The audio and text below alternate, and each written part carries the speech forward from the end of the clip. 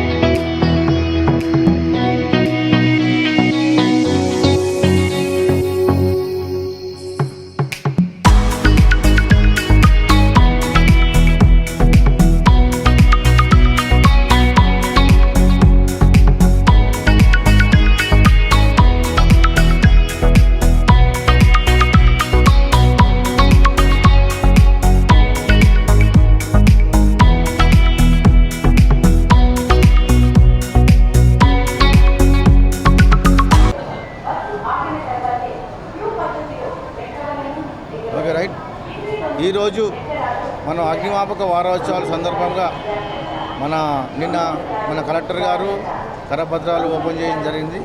అయితే ఈరోజు first day కాబట్టి మన 1966లో మన ఫైర్ సర్వీస్లో డాక్యార్డ్ బొంబాయిలో అగ్నిని ఆర్పుతుండగా ఒక 66 మంది చనిపోయినారు.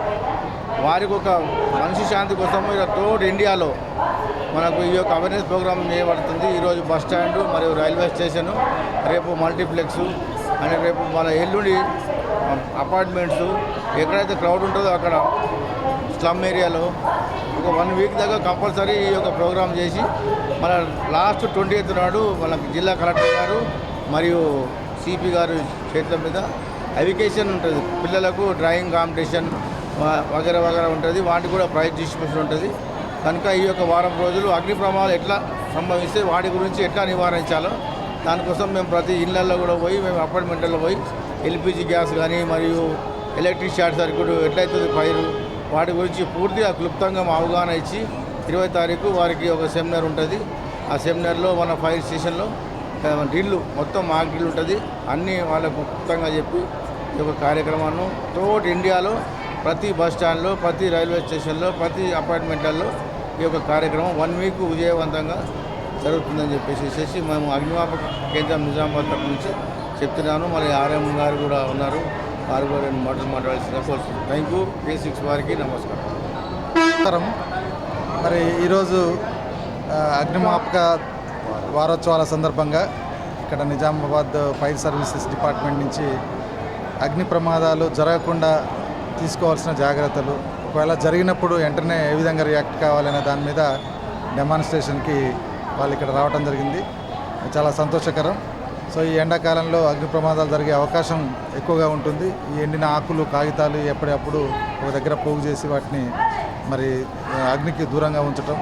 అదేవిధంగా మా డిపోలలో కూడా మేము ఈ ఫ్యూయల్ పంప్స్, డిస్పెన్సింగ్ పంప్స్ దగ్గర ఈ ఫైర్ ఎక్స్టింగ్విషర్స్ని కానీ ఇసుకతో నింపినటువంటి బకెట్లు, వాటర్తో నింపినటువంటి బ్యారల్స్ని పెట్టి ఆర్టీసీ కూడా ప్రమాద నివారణలో భాగంగా కొన్ని ముఖ్యంగా ఈ సమ్మర్లో ప్రత్యేక జాగ్రత్తలు తీసుకోవడం జరుగుతుంది. మరి ఈరోజు నిజామాబాద్ ఫైర్ సర్వీసెస్ డిపార్ట్మెంట్ నుంచి వచ్చి ఇక్కడ ప్రజలకి అదేవిధంగా మా డ్రైవర్స్కి వీళ్ళకి కూడా అవగాహన కల్పించడం కోసం వాళ్ళు ఇక్కడ డెమాన్స్ట్రేషన్ చేయటం చాలా సంతోషకరం. వాళ్లకు మా టీఎస్ఆర్టీసీ తరఫున ధన్యవాదాలు తెలుపుతాము. Thank you.